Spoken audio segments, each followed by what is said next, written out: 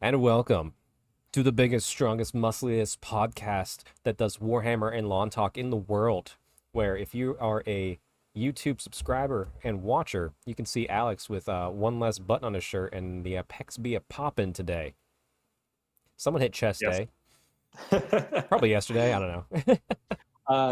Yesterday was upper body day. Yeah, There you go. There you go. the bench. Uh, Perfect. Perfect. Well, it's good. Good to have the big pecs as we're getting into the yeah. Well, my black shirts. Well, You can see. You you can can't really see. see the black shirt with my low res You really camera. need to get a mic and zoom out so we can actually see you. There. Oh, there. Oh my goodness. There we go. There There we we go. go. um, but yeah, Alex, how you doing? I see you're enjoying some fine caffeine. Yes, it's a classic Monster Ultra. No, just regular Monster, zero sugar, Hmm. classic. Tastes like battery acid, Yeah. which reminds me of high school days, Ooh. which I don't mind. Could I offer you in a man's drink of coffee, especially Let's go. Japanese Yeah, boss coffee? Yeah, yeah. I do love a coffee in a can. There is Hmm. something special about it. It is. It is. Yeah, it's funny too. We were joking a little bit before, um, but the whole white monster versus non-white monster thing, and I'm just like, you're all Right. crazy.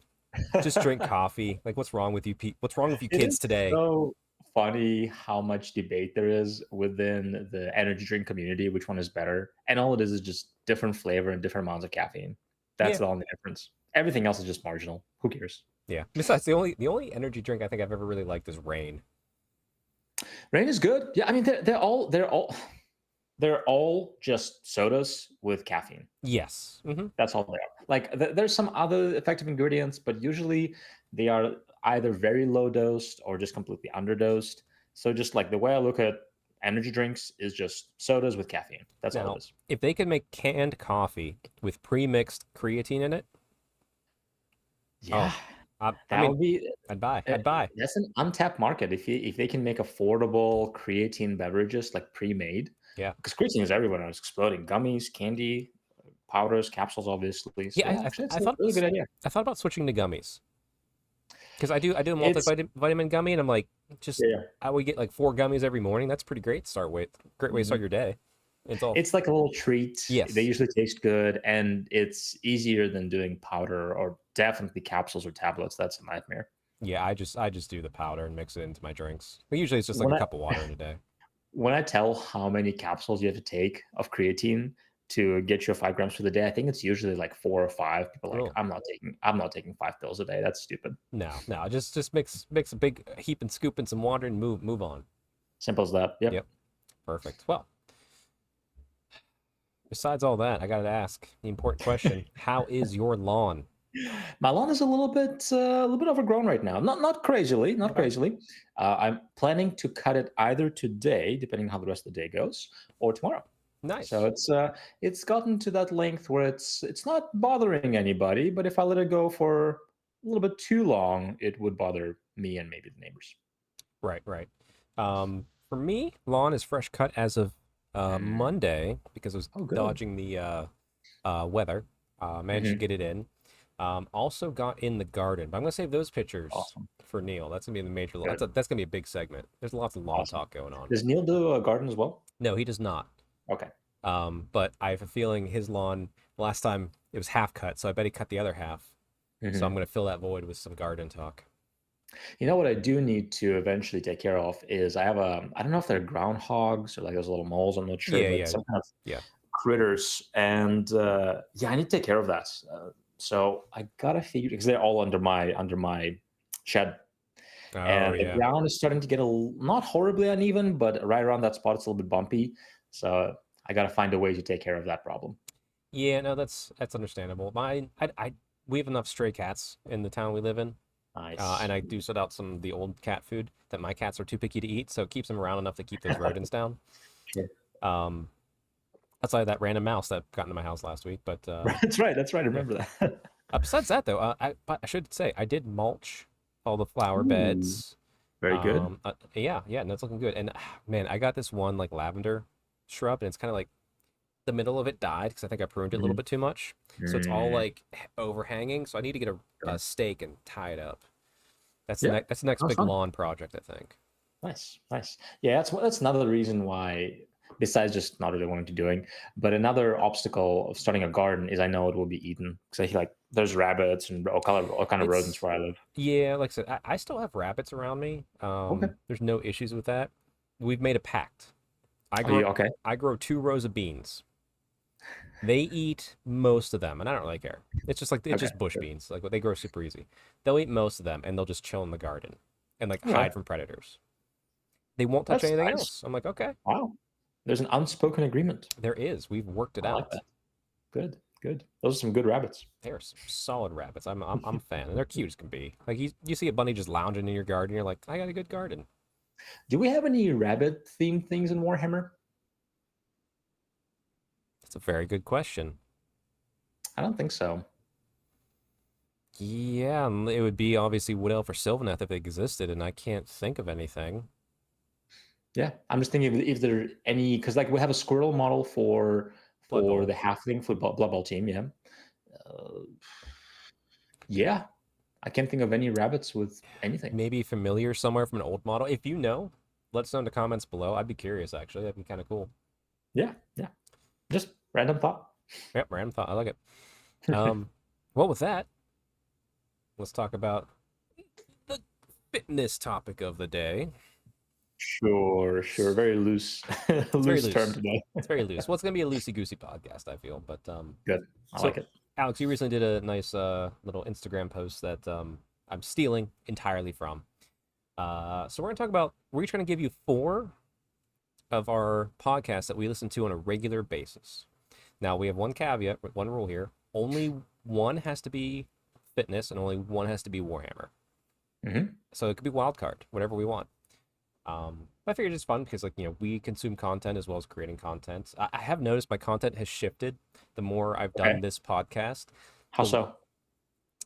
And it's probably also because like my interests have changed over times too. Like I still love Sure. Warhammer, that's fine, but I'm noticing I'm listening to less and less Warhammer stuff. I have my core Yeah. group that I'm still listening to, but it's like Sure. I used to consume so much. Now it's so small because I want to put my effort into other types of media. Well, not media content. It's still videos and podcasts, but it's like different things. And that's also true because like especially if you're relatively caught up on the history of Warhammer, like you've listened to all the lore and everything, you kind of caught up with what's happening. Because I used to listen to a lot more podcasts, I would say as well, especially with the lore in the Yeah. past. Oh yeah. Garage Hammer. And Oh my gosh. the Rat Champ, exactly. Yeah, Yes, yes, they've got us through some tough times. exactly, exactly. And once you're caught up and you kind of know what's happening, it's probably not as important. There is a thing, and this isn't to sound rude, but it's just like I don't need someone to tell me how the High Elf book works for Old World. Sure. Oh my, yeah, so true. Like 100%. it's fine, and there's people out there that need that, but like I Sure. don't need Sure. it. So even if one of my favorite podcasts is like, we're gonna talk about High Elves today, I'm like, I don't Yeah. need you. I'm And well no, versed on it. and honestly, I'm not sure what my opinion is on that because so many times when people will go through rules or what's optimal and what's not, and I listen to them after I already kind of went through the book myself and played a few games, and I'm like, I don't know if I always agree with you. But Yeah, if I listen to it first before making an opinion for myself, I might never actually give those things a chance and write them e- off. exactly. It is hard too, because like back to red flags on influencers. There's some folks out there that have a big following and they get the stuff early and they don't really prepare. Like they get the preview copy, but they don't Sure, fully sure, prepare to sure. talk They haven't about played it, any and they're just kind of games or whatnot. yeah, and Mhm. off the cuff and had it late. That's why like I tend to enjoy the folks who will do the reviews after a book's been out for a while. Right, right. Like you can do the hot takes, but like frame it as such. Like, hey, Sure. this is all guests. Let's figure it out. Sure. Um, Yeah, yeah, and yeah, I've seen it. It just happened way too many times. Where like with AOS and Old World, where I would like, I don't know if I agree with that. No, this thing did really well for me at a tournament, or this thing is really doing really well at a local scene. well, it's actually I had to laugh.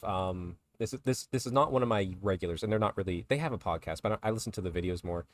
They're called Close Order on YouTube. They're old Okay. world stuff specific. Very good, very well Oh, done. So cool. this is a bonus, I guess. Sure, this doesn't count for the Yeah, full. I'll check them out. That sounds good. But they just put a video I'm going to watch because you saw me go through the whole.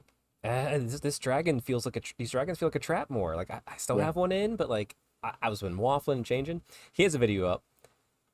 Art like it's kind of clickbait. Like dragons are dead. Like they're not the big scary thing anymore. I'm like Sure, I'm sure. already ahead of you. I've Yeah, already worked yeah, through it. I'm like, I think I agree with him. I'm curious. I will listen to his thoughts because I'm still sure. at that cusp of it right now. Yeah, But yeah, it's like, yeah, like we consume a lot for Old World, or consume a lot of games for Old World and right, chats right, about it. So it's like, right. don't always need It someone else is talking about it. interesting because I think the really cool thing about Old World is it's relatively untouched, right? There's a few FAQs, there's a few rule clarifications, but there's not a lot of updates or point changes.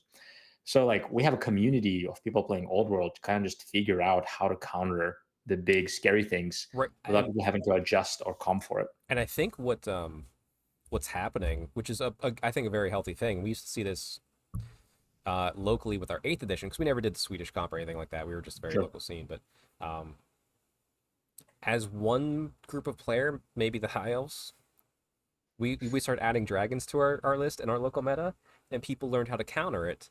So now we're trying to Yeah. figure out how to counter back, and Yeah. I think globally that also happens. Exactly. How do you counter the counters to the counter?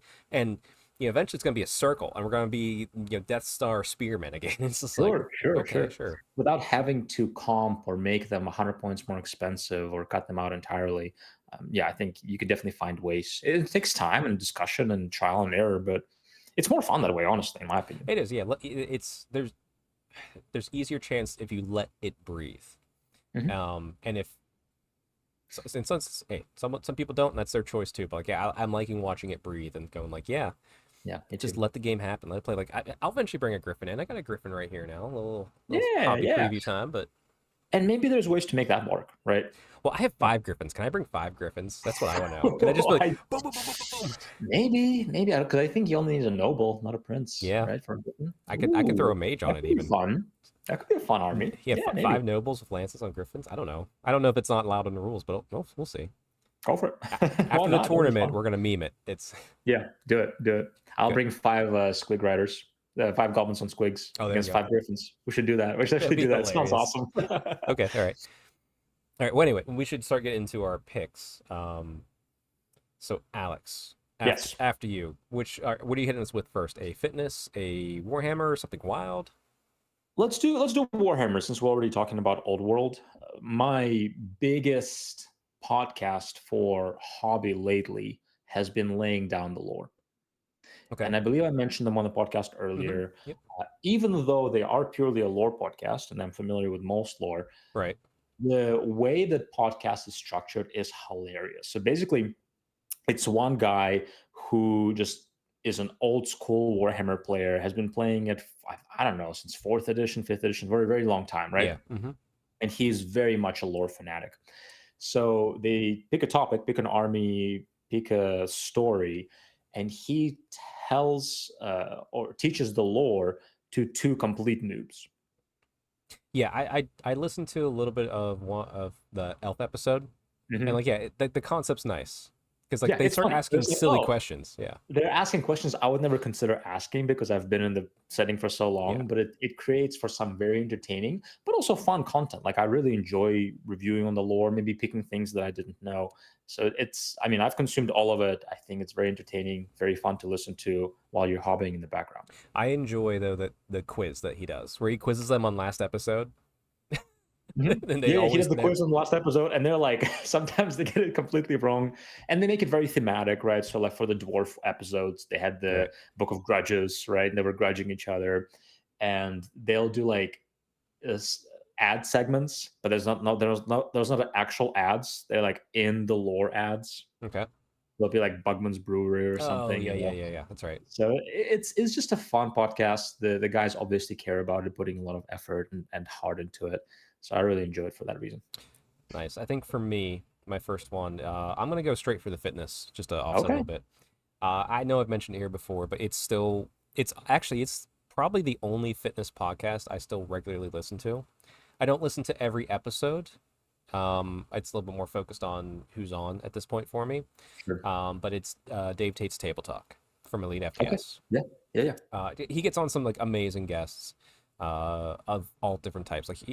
I think he's very much was like the bro lift, not the science lift more, but like Sure, sure, sure. he understands the balance of it, and he's lived many aspects: bodybuilding, powerlifting, um, steroids, no steroids. He's Sure. an older gentleman too, so he's had hip replacements, but he's still squatting like 500 pounds, like the way he Which can. is Like, awesome. I love that. yeah, yeah, and it's just, but he has great guests on, and they dive deep. And like I said, sometimes you get a science episode, sometimes you just Hmm. get like a mindset episode, and sometimes you just hear a really cool story of somebody in like the fitness space. So I cannot recommend that one enough. Yeah, honestly, I have not listened to Elite FTS yet, so I would maybe I'll look through him, see if there's any of the guests that he Oh, has that I already it's am years familiar worth. with. It's years worth of content. So yeah, maybe I'll check it out. Yeah, definitely. Because like I said, it's um, I mean, who knows? He probably has someone on that, like like maybe one of your favorite influencers has probably been on there. That's what But I'm thinking. yeah, Yeah, it'd be cool yeah. because it's as big as our community is, it's still kind of niche, right? There's people who just have no idea who any of those people are. Oh yeah, it's what's just like Warhammer. Yeah, I exactly. I think every corner's niche, and we just refuse to accept it. Right, right. Yeah. All right, so my fitness one would be Mind Pump, and Mm. that is the structure of the podcast is basically three very experienced personal trainers uh, just tackle a topic, Yep. right? It's three guys, Sal, Adam, and Justin, and together they probably have like 60 plus years of experience, right? If you put each of them being in the industry for 20 plus years, and there's just a lot of wisdom there, right? There's a former pro bodybuilder, right, with who has a pro card there. There's a former more powerlifter style Hmm. person there, and then another guy who just worked with a ton and ton of clients, hundreds of people, maybe thousands even. So there's just a well of knowledge and expertise on a Nice. variety of subjects. And I think if you are a beginner, just consume that content. You will no longer be a beginner in like a few months of listening to their Yeah, stuff. they were one I listened to early on too. Like Yeah, yeah, and like there was well presented. It's well laid out. It's very educational. So yeah, very well communicated. I don't listen to it As anymore, but yeah, it's a great one. right, I mean, it's extremely beginner friendly, Hmm. right? So if you're a beginner just getting into fitness space and you're like, what do I do? Very, very good. I think that you have to be a bit more selective as intermediate to advanced what you listen to, Sure. because as if you're intermediate advanced, there's some podcasts that are going to be slightly redundant unless you just like the guys and you want to listen to them talk, which I do, right? So I might Yeah. listen to a random podcast. But as intermediate and advanced, you will have to be more picky, but they'll still do topics where I have no idea about. Like Well, they'll do topics where they'll have a hormone specialist, right? And oh like, oh yeah, well, I don't yeah, know anything about it. So they'll bring guests who are more educated than them, and they'll kind of tackle a subject there. yeah. But yeah, really, really good podcast. I think the thing too, like with the intermediate talk too, is like eventually you kind of it's like you level up, get some basic first 10 levels, and you're like, what's my class? Am I a power lifter? Right, Am I right. bodybuilder? Am I just doing this for general health and fitness? Do I want to be functional? Do I want to do CrossFit? Like you kind of have Mhm. to choose your class. Exactly. Yeah. And the reason I mean, I still listen to them because I think they, especially when they have guest episodes tackling a specific subject, it's really phenomenal. But another good reason why I listen to it is because they make health and fitness very approachable. Mm-hmm.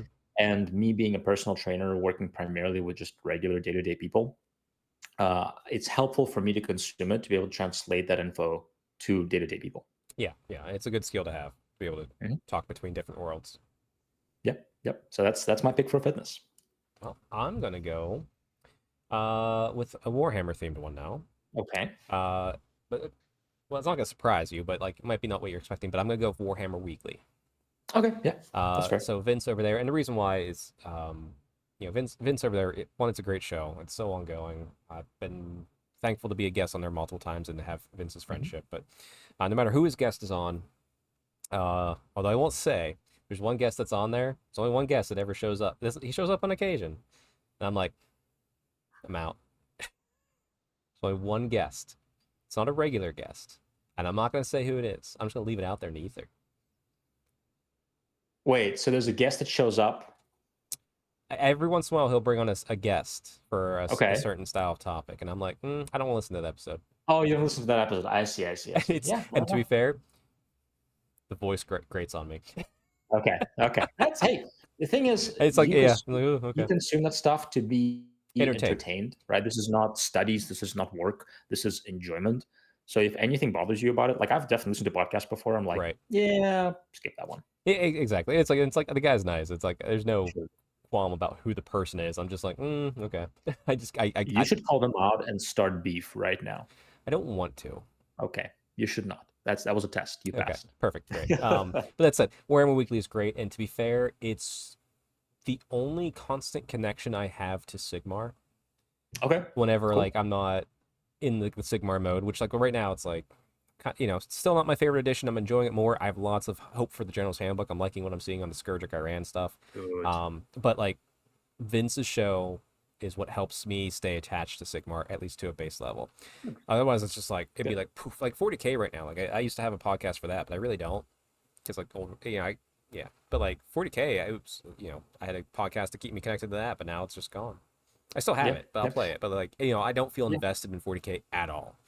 Whereas I still feel invested in Sigmar with my friendships Okay, and games that's and cool. tournaments and stuff. And that was the game for a while, right? I mean, Yeah, ever since it came out, that was the only fantasy outlet for both of us, yeah. right? And I was actually just thinking about it recently. I was like, why? So what is the reason that I've not been as passionate for Sigmar? And I think primarily it's not even that this edition is not good or any of the rules or armies or anything about how they approach it. It's just the fact that we have Old World now, Old World. Well, for me at least. it's twofold. One, the edition on this edition is solid. I feel this current edition of Sigmar, and I've talked about this with Neil many times. This current edition of Sigmar is had the goal in mind of being the most tight and concise rule set for competitive play, and I will Sure. say it 100% nailed that. Okay. Matt Rose went in, that was his goal, and he hit that. Okay. Cool. Good. That type of game isn't the type of game that really grabs me. Yeah. And I think a lot of people are in the same sort of boat. And at the same time, Old World is the exact type of game that grabbed me. So it's like, okay, right as this one was kind of like not my favorite, this new one came in and it hit all the buttons I need mentally. So it's Sure. yeah. But Sure. anyway, we don't need to harp on Sigmar too much because No, no, Sigmar is still great. yeah, Whenever I played a couple games in the last 6 months, they're fun. yeah. It's Right just now, I'd rather play Old World. it's our more casual game, which is fine. Yeah, Nothing wrong with that. yeah, Yeah, exactly. the Warhammer Weekly. It's my second pick. Okay, good. All right, for my third one, it's going to be another Warhammer podcast, Ooh, Hobby Hammer. ooh, And yes, that new. is a more recent podcast that our mutual friend Ben and I cannot remember his tag now, but Lloyd, No idea. he is a very, very talented miniature painter, and he has a YouTube channel, which I cannot remember what it is the name right now. But they started a channel together, Hobby Hammer, and Ben is obviously a fellow fitness coach and a good friend, right? And recently, I was on one of their episodes talking about Old World Yep, because Old World is so much fun. They primarily cover 40K and AOS right now, yep. but it's just a very fun podcast. The Ben is relatively new to the hobby in a sense that he came back to it in the last 3 years, I would say. Yeah, Um, but he's been doing hobby since he was a kid, just on and off. right. And obviously, Lloyd is a competition level painter. So they approach it from very different aspects, from the hobby aspect, from the painting aspect. And they talk a lot about 40K and AOS. And hopefully, I'll convince them to talk more about Old World as well. Yeah, I listen. I heard a lot of high elf chat on there, and I know you've told them, but like I will come on there and make you both a high elf player by the end of that chat. We will Absolutely. get you, or I could talk wood elves, dwarfs, dark elves. We can That's do it all. true. Yeah, Well, it shouldn't be too hard because Lloyd is considering starting High Elves. well, you And I should. do. Why not? Listen, if you have all of the most delicious cupcakes in the world in front of you, but there's only one chocolate and you like chocolate, you grab the chocolate. You grab the Mhm, best of the best. You just go right mhm. there, Lloyd. That's what you gotta do. Sure. High elves Sure, all the sure, way, sure. baby. And then I believe one of Ben's few of the original first models he painted were High Elves as well. Double high elves, man. This is gonna be great. The three of us are gonna start our own podcast called High Elf Chat. Just High Elves, yeah, Yeah, yeah. and actually, Well, I have a High Elf army. Neil has everybody has High Elves. It I seems say we'll like. get Neil on too. Yeah. Well, see, you're not playing them, so that's the thing. I'm not. Yes, true. That's correct. I have We'll not we'll let you played. sneak on occasion. Right, right, right. You have to play every time you play one game of High Elves. You can talk. You can come on the I'll podcast. be the seventh wheel on your podcast. There you go. Yeah, because we're gonna get Luke on there too. He's a local guy who Yeah, you plays High. should. You Everyone should. that we know plays High Elves. A To be giant High fair Elves though, chat. that's another reason why I don't want to play High Elves is because everybody's playing High Elves. I know. Yeah. Right? Like, It's so funny just in the scope of things. Like, yeah, I have huge amount of High Elves. You have a huge amount of High Elves, but like, there's so many people in this area that play High Elves. and it wasn't because Yeah. of anything I was just drawn to. But then I look at Daughters of Cain, which I also went crazy with, but no one else around here plays Daughters of Cain. I'm like, No, no, just you. it's very different worlds of like, Yeah. oh, I No, guess, yeah. Howl's just a no. They're very Warhammer fantasy, right? Yes. Very classic. A lot of people are attracted to kind of the noble elf. I would say high elf players are probably more numerous than dark elf or wood elf. I could see Dark Elf potentially Okay. competing with that, but we'll see. Hmm. Anyway, uh, yeah, my turn then, I guess, huh? After It Hobby is your Hammer. turn. So next, I'm gonna go. I'm gonna go wild card on this one. Do it. This is one I listen to twice a week. It's like an hour at most, typically. It's just fun. I like these guys. I follow them. They're Let's Players, technically, for video games. Okay. But Distractable. Distractable. Yeah, it's three guys, Mark, Bob, and Wade. They each have their own YouTube channels. Okay. I enjoy their content casually with the wife too, just like Hmm. before bed. But Distractable, it's funny. Like the topic can be wild, like random. Like it's gonna be different every time. They'll small talk at the beginning, like there's their segments and all that. But the theme of it is there's a host and two people competing, Okay. and whoever wins hosts the next episode, and they choose kind of like what the game That's it cool. could just be a chat and they give points out, or it could be like a That's game that fun. they created. um and it's super fun. I would say jump in and join it. The best one to start, Hmm. well, start with the most current one, get the feel, the vibe, then go listen to the Okay. one called Bob's Fridge. Okay. I'll leave it at that. But it's, yeah, and like maybe listen to some older ones too, but like it's, as podcasts evolve, like we didn't talk lawn at the start of this. Now we talk lawn. Sure, So people sure, might come in and be like, sure. why are they talking about lawn if Why they're talking fresh about and new? Palm? So What's going on? so you might get that a little bit, but like trust me, it's a good vibe. They're good guys. Chemistry's great. It's enjoyable, and it comes out like Monday and Friday. So a little Cool. wild card And option. they primarily talk about video games? No, no, no. The topic can be whatever. Oh, just anything. Yeah, the topic could be a made up thing. Like there's one where they're just like, is this a real news story or a fake news story? Or just So the goal is entertainment primarily. it's 100% entertainment. If you Got need it, an got it, got entertaining it. podcast, that will get you there. And it's an That's fun. hour twice a week. It's great. Cool. That's fun. I like it. All right. So for me, since we're talking about podcasts we actually listen to, there's Hmm. only so many. And the only other podcast I listen to regularly is Becoming Something. Becoming Something is a Christian podcast because Okay. I'm a Christian. It's a weekly podcast where they basically just take a topic of interest for Christians, whether it's current events or just anything topical. And a lot of it, if you are sensitive, I would not listen to it because a Sure. lot of it does take a lot of current events or kind of hot topics, right? Um, and the guy there is a head pastor in a church in Waco, Texas. Oh, And then okay. his co-hosts are just like kind of asking him the questions that regular people might have, whether secular or Christian. Oh, okay. And he kind of just talks to them as he would talk to a secular or a Christian explaining that topic. Yeah, Oh, it's very helpful.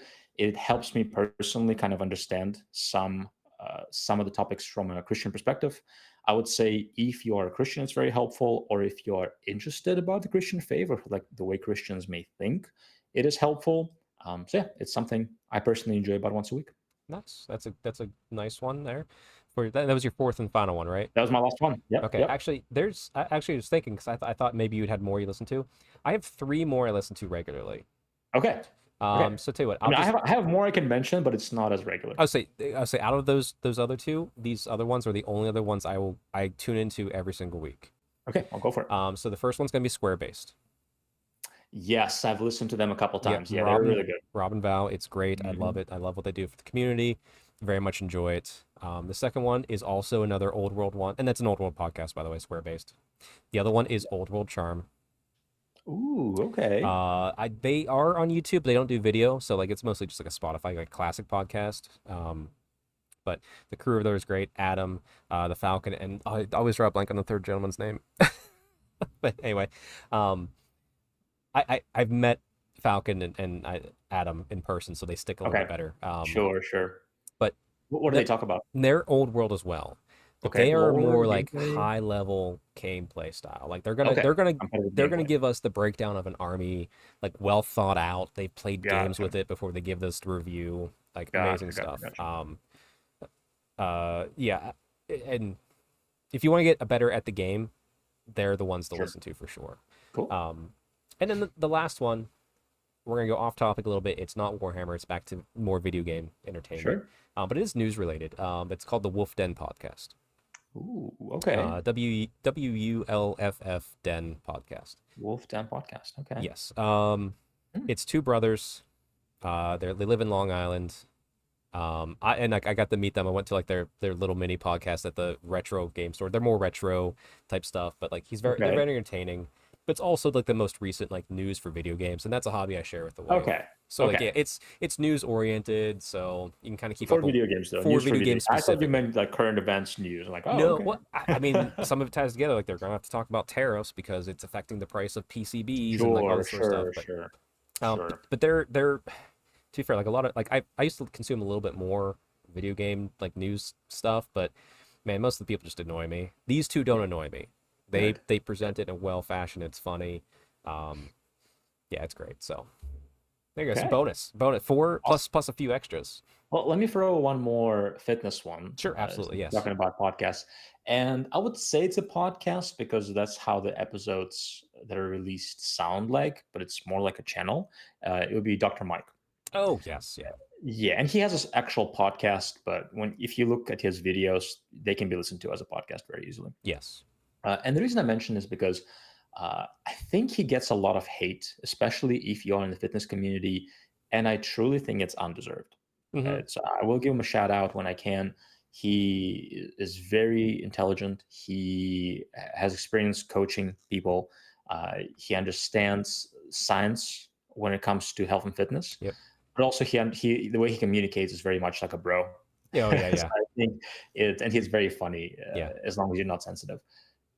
So yeah, very very good podcast. Whenever I'm interested in a topic, besides doing my own research, I usually would like to listen to his opinion as well. Perfect. Yeah, that's a great extra bonus shout out there. But perfect. Well, I hope, like I said, I will do my best to remember all of these. I will do my best. That's all I can promise. If not, rewind and listen again. Like and subscribe. Please subscribe.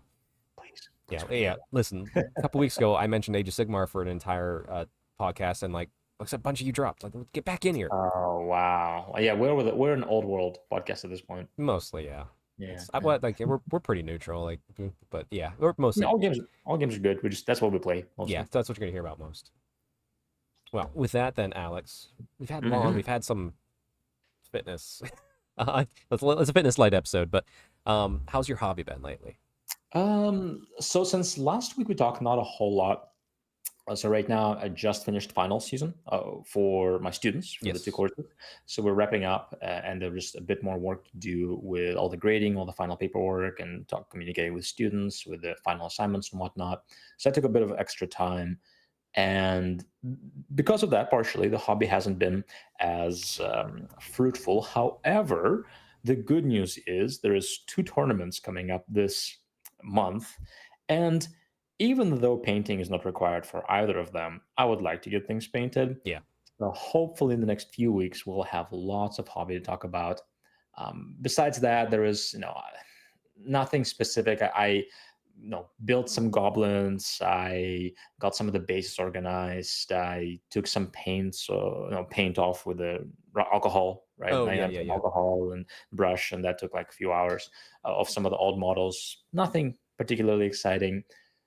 The most fun part of the hobby I've done recently was actually listen to the most recent Gotrek book in the Mortal Realms. I'm about to start reading it, so please don't spoils. No spoils. Gotrek He dies. doesn't die. No, he He doesn't makes die. money. He's never gonna die. But no, it's yeah. Just Was it good? what? How about? I'm almost done. I'm on the last hour. I'm listening as an audiobook. Oh yeah. Yeah, and I'm very interested to hear what you think. Okay. I would say, Because I as think of right now, yeah, I think you know my complaints from the last one is that I'm not a fan of the new companion yet. She's a little Mary Sue whiny ish. right, Yeah. right. I'm hoping she grows as a character. I'm interested what you think. So once you get through a few chapters, I'm actually very interested to see what you think. A couple things I will say. I don't think it's going to spoil for you. Hmm. This book grew on me, Okay. and as of right now, before I know the ending, I'll give it a solid 7.5. Okay. All right. That's pretty good. So I'm excited to talk to you once you actually get through it. So yeah, I'll be hopefully starting that this week. Before bed. Just been getting to bed kind of later, unfortunately. Sure, So yeah. sure, that's true. And not because of hobby. Like I said I got some hobby I'll talk about, but I still have to say this. I mean, shout out to World's Strongest Warhammer. I got into hobby chat with him recently, Yeah, so which cool. he got me doing more hobby than I've done in the past like week. I've been a little That's lazy with my awesome. high elves because I don't need to I paint love them. that. Um, Actually, I'd say the biggest thing I've done with high elves is I put my whole army out on the table just to look at. Yeah, you did it not too long ago. You just did it recently again. It was like another night. I'm like, I'm putting it all out. Yeah. How many points do you think you could field in Old World? A lot. I've Cool. Yeah, I don't know. It's a 6x4 table, and at least half of it's taken up by high Let's say elves. without loading magic items. I see. So like I don't. The last time I calculated out, I think just barely cresting 30,000 points. But I can't remember if that was with upgrades or not. sure, So sure. So like let's say let's say 28 to conservatively 30. between 20 and 25. Okay, okay. Could be, I mean, it would be atrocious, but could be kind of fun to do a mega battle. Well, you get like a Chuck's high elves versus everybody else, We've done that before. but not all your high elves. Yeah, no, we did. Oh, really? All your high elves? All my house. It was a siege battle. I'd like to do it maybe as not a siege battle. Be a little more Wait, I was there. engaging. Was it all your high elves? Yeah. At the Oh, time, oh, it was like right before Old World came out. It was the final 8th edition game we played. good point. Yeah. Good point. Yeah, so it'd be fun to do all of your new high elves and maybe like do an actual like not sped up battle because I think we actually did a relatively sped up battle It was that one. siege, and we were kind of like, yeah, just loosey goosey Right, going. do whatever. And you get like a couple, maybe one or two helpers who know high elves, so they can like help you out. And I don't know, 4 or 5 other people on the other side. I don't know. Could be really fun. What actually, what would be fun? I did this long ago at a local shop, which I have to figure out how we do it now. But it was a whole day. Like the whole day was about Mhm. charity drives. And I Ooh. said, what if you give me? I think it was two 6x4 tables, Hmm. and it was I said I will play Warhammer 8 for 8 hours. People can come in, just deploy their models in the opposite line, and I will play them with my whole army out. And as I die, I'll just recycle them on a back end, and then Sure, and like people come in and they'd have to donate to play, and then they sure, could donate cans to reroll because I think it was for a food bank, so sure, it sure, was sure. pretty fun, but it was exhausting. Yeah, right, right, right. I'm thinking more something just for fun, fun. Yeah, the thing that sucks about it. Would that be fun? Yes, but that's also like a lot of work to get that set up for myself That's true. because That's true. it's a lot of models to move. That is true. That is true. Now Well, maybe maybe maybe once you have the maybe desire and energy to do it. or maybe if I just get giant trays and it's just like all my spearmen, all my Lothern Sea Guard, they're just one unit go. Honestly, why not? And you get like maybe if you do that, if you have like over 40 or 50 models in unit, you get 5 an extra rank. Sure, yeah, why not? That could be fun. Yeah, Why not? Do that. I just Yeah. gotta get giant ass movement trays now. Or just combine a couple of the Hey, smaller ones. here, do you want to face 5, 10, 15, 20, 25 Dragon Princes in one unit? Yeah, sure. Okay. You know what? I'm more interested to see like 100 spearmen in one unit. Actually, Spearman is one of my smallest. Oh, I think I have like maybe 50 of them. My biggest is either my sword masters or my archers. that's I'd awesome. have to count because archers were a dime a dozen. So we'll see. We'll Yeah. see. We'll figure it out. Yeah, that could be fun. We could, yeah, no, yeah, you could like do fun rules where like you can attack with every model in your army or something, or in your unit or something to make it go faster. Oh, that'd be I don't know. crazy. But I mean, I don't know. be able, I just love having those giant battles. I do too. We'll figure it out because like also too we could also there's enough high elf players here. We can just all bring a That's decent true. selection, That's but true. we just I would force love to ourselves do to a intermix a little lore. bit. Yeah.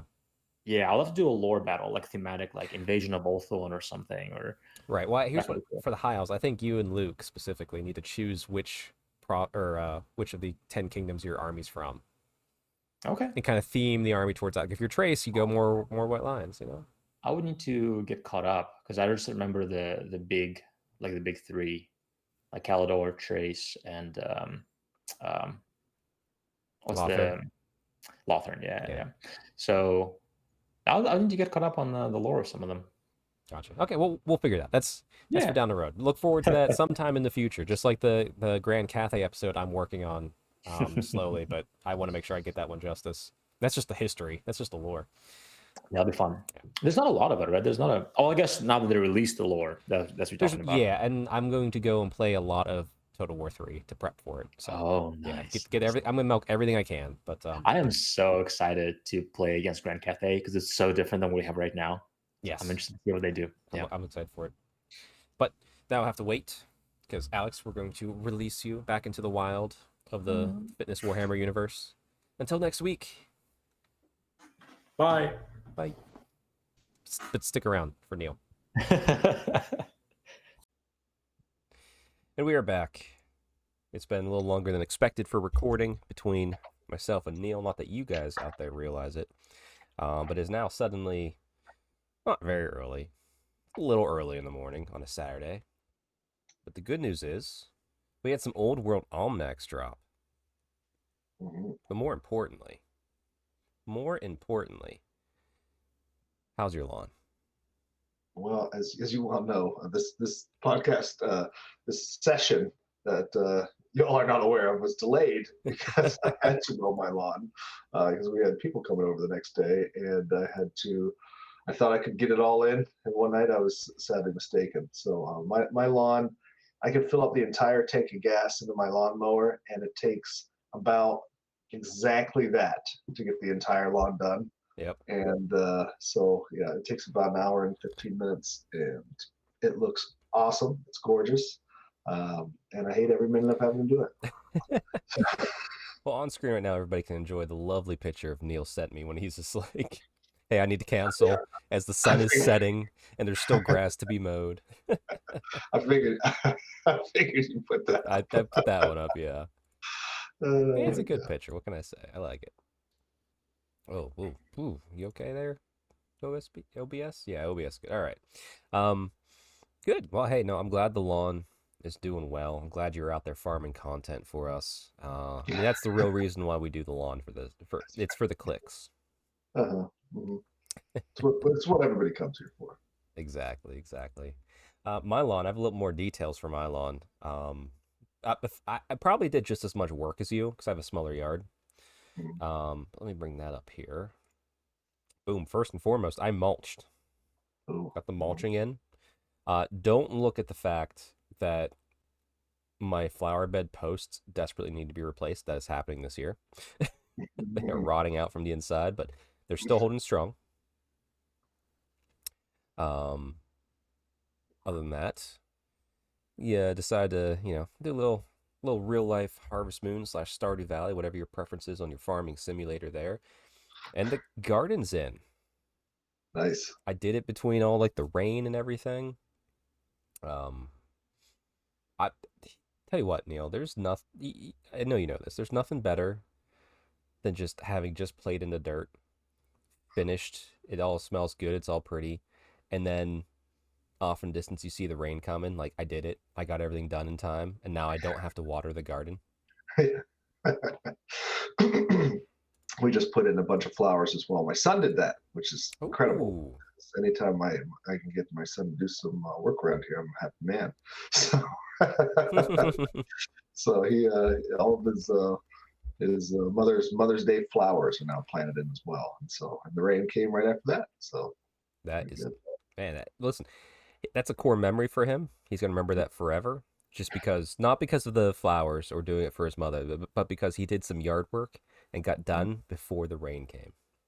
Mm-hmm. That's what matters most in life. Mm-hmm. That's what's best in life. I also had a shrub that was I pruned last year because it was getting bigger and bigger. I over pruned it, so I kind of killed about a third of it. Mm-hmm. Yeah, my bad. And then the other parts were like drooping a lot. So yesterday, actually, before the rain yesterday, I went out and bought some stakes and some straps to help give it some support.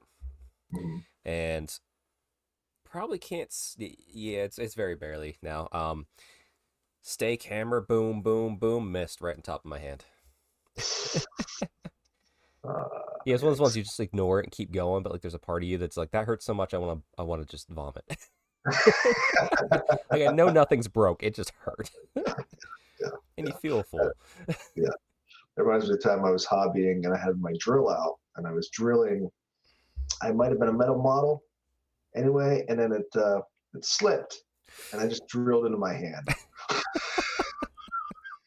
And that doesn't feel good. No. So I hear you. Yeah. Only unlike you, I did not just do the thing. No, I screamed and yelled some obscenities. Had my wife coming down the stairs. I feel if you start bleeding, yeah, you swear a little bit easier. No bleeding, just a small bump, a little bit of sore. I Mhm. said nothing's broken, so I I wasn't swinging that hard, man. If my bones were that brittle after all this lifting, what was the point? Oh, good, good, good. Um, Other than that though, Neil, you gotta tell us how your hobby's been.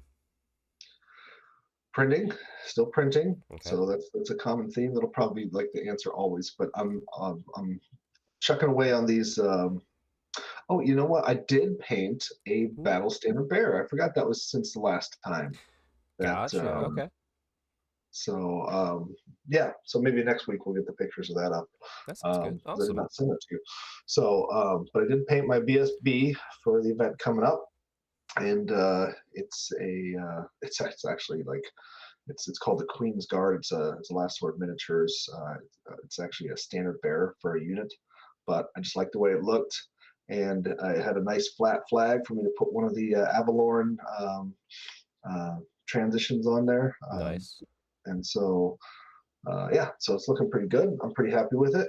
And then outside of that, I'm working on my Lothern Sea Guard unit that I've been talking about for the last few weeks that I'm slowly doing. I'm still not super happy with the way the shields have come out. I think that's more because of the paints that I have than the thought process behind it. But that is what it is. So I think I spent one night, maybe an hour, trying to figure out the shield. And it's still not awesome. So What if what if you just took like a darker blue, just on the shields, because like it can be like it's the sea, like they're all the yeah. cloth and everything Well, that light blue that's really popping, but so I have a darker blue on the bottom where the water is. oh, And okay. so then it comes up into the lighter blue. And then what I actually have, because I'm going to paint my mealworm, this like geez, I don't even know how to describe it. It's almost like a turquoise, kind of like this green, almost like a jade. I say it's more like a jade green. Okay. And then like the scales coming off the back are pink. So it's like a green serpent coming out of the water because I want these shields to match my merwyrm for if I use them in a Oh, okay. All right. yeah. So because I know the original and the box art is always a red sea serpent or dragon coming out of there, Yeah, right? yeah. So, and that's how I did a couple of the guys on the sky cutters. Then I thought to myself when the mealworm came out, I'm like, you know what? I'm gonna take this a different direction. I want it to match how I'm gonna paint the other guy, and so that way they'll kind of seamlessly transition in with one another if I have them both in my army. So No, that makes sense. I didn't even think about matching it. Some of my Sea Guard have red, some have green. I think that's how my split is. But my Murworm's green, so I guess it's okay. But yeah, mhm. the problem I always had is I painted this. You're painting a cohesive force, whereas right, all my stuff is Mhm. painting part of an army, then painting more stuff that just randomly lay down in my lap. So it's like There's I something to didn't. be said for that too, though. Like that's cool too. Yeah, yeah, it's different. And then there's a mix in there too of stuff I've bought off people, like their old painted armies. Yeah. At most, maybe I add a color to blend it. So, Mhm. but Yeah, cool. Yep. I got a model out to Matt as well, and Big M finished the model, and everything looks awesome. So Yeah, he painted it already. I saw it last night. I think he finished yeah, it up. yeah, yeah. See, he asked me to ship it to him so he could get it done for this event. So yeah. Fully painted armies. This is gonna be great. I love it. Mhm. Let's see. My hobby. This first one, Neil, you can say and yell at me if it doesn't count as hobby.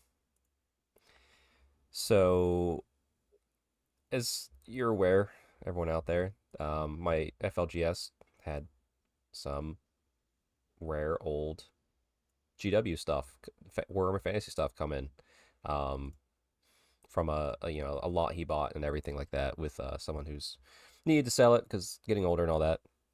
And there was one thing there that I saw because I bought plenty of stuff, no doubt about that. But there was one thing there, and I was just like, I don't need it, so I left it. the more I thought about it, I'm going like, no one's going to need it. It's a single old metal Illyrian Reaver standard bearer. I saw that. I did Yep. see that. I think that's a piece of little history right there. That's from back in my day. Yep. So yeah, I approve 100%. Yep. So Definitely kind of hobby. yeah, on screen right now, I bought it because I have that. I have five of those, not all command, but I have that sculpt. I have five of those in my army, and then I have all the versions of that stuff in my army now. But yeah, I put this one in a nice little shadow box just to keep it as is, but you can see it and appreciate it, and hopefully keep it nice and neat. Um, yeah, and like that, that red is gonna be like forever burned in my mind, as well as Uh-huh. like that one that just came after it, that slightly darker red one. I don't know, but Mhm. um, yeah, no, I'm glad you approve because uh, this is the laziest hobby in the world, but I think it's kind of important. It makes me happy to see it every day. Yeah, it's cool. I like I have a very like hard nostalgia for that kind of stuff. And I'm like when I see the like there's metal Phoenix Guard and then there's old metal Phoenix Guard that are Yeah. like that I used to have an entire 15, 20 man unit of. Oh wow. And it was and I think there was maybe 4 layers of paint because I didn't know how to strip models back in the day, and so I just paint over the paint Yep. and to paint them differently, which is a little bit of a bitch when you make a red cloak white. But so it's a bigger model than it ever has been. It's growing exponentially with all the paint on it. But yeah, so I love that kind of stuff.